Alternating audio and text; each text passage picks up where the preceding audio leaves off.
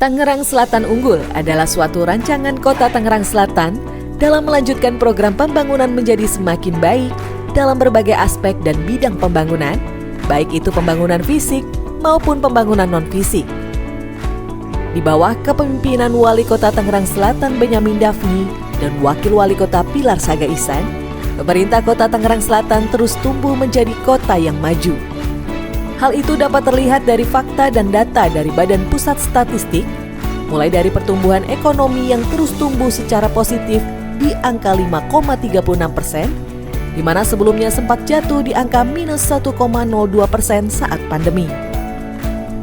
Lalu dari angka indeks pembangunan manusia, Kota Tangerang Selatan terus mengalami kenaikan yang luar biasa. Di tahun 2023, angka IPM Tangsel tembus di 83,57, menjadi yang tertinggi di Provinsi Banten. Angka tinggi tersebut disumbang lewat berbagai program yang tepat sasaran, sehingga menaikkan taraf hidup dan kualitas sumber daya manusia di Kota Tangerang Selatan. Mulai dari meningkatnya angka rata-rata lama sekolah, harapan lama sekolah, angka harapan hidup, hingga pendapatan kapita per tahun. Dalam konteks pendidikan, indikator angka partisipasi sekolah usia 7 hingga 12 tahun berada di angka 99,63%. Lalu 13 hingga 15 tahun mencapai 98,59%.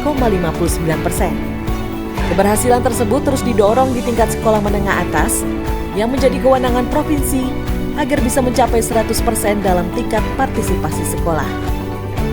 Keberhasilan tersebut tentu tak lepas dari penyediaan infrastruktur sarana dan prasarana yang memadai untuk para peserta didik.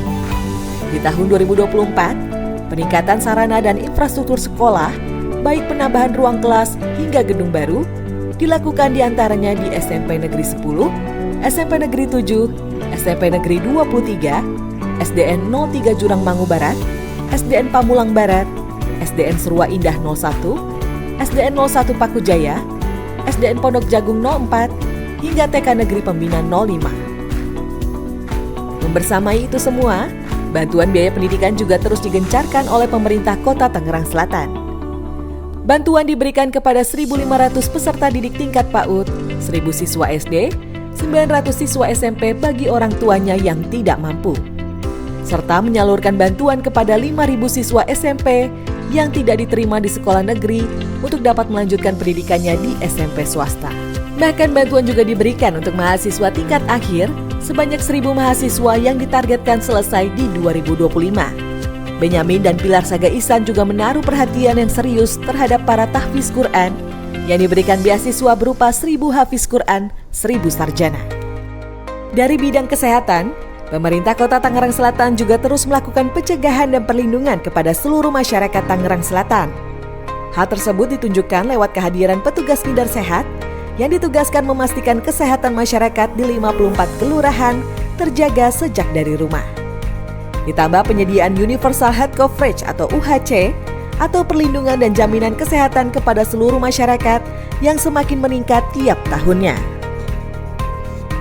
Lalu penurunan angka stunting yang berhasil ditekan dari 19,9% dan saat ini berada di angka 9,2%.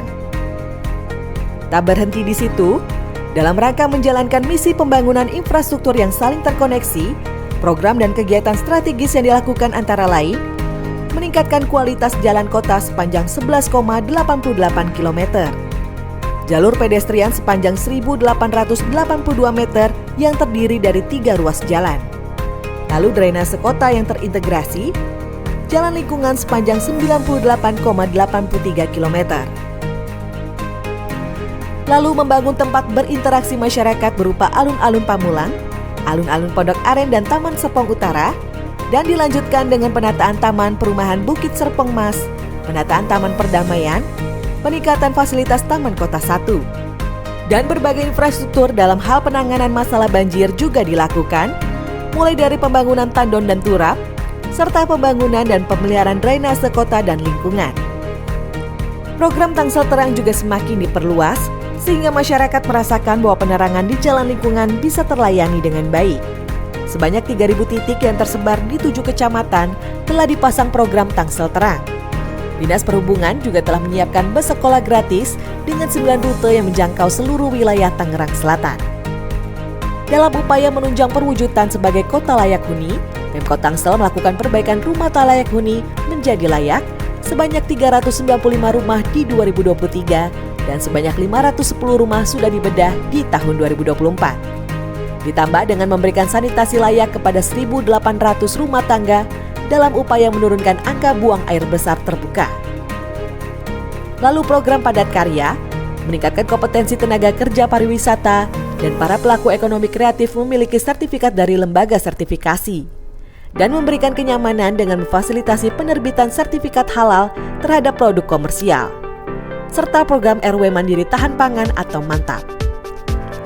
Kami juga memberikan akses kemudahan Wi-Fi gratis di fasilitas publik untuk masyarakat dengan jumlah keseluruhan 1.078 titik Wi-Fi gratis.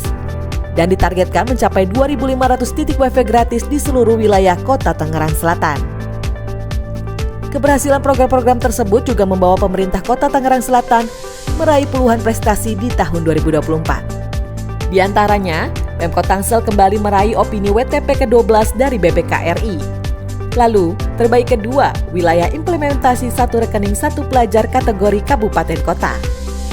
Pemkot Tangsel juga meraih penghargaan predikat terbaik 1 dalam pencapaian target imunisasi rutin.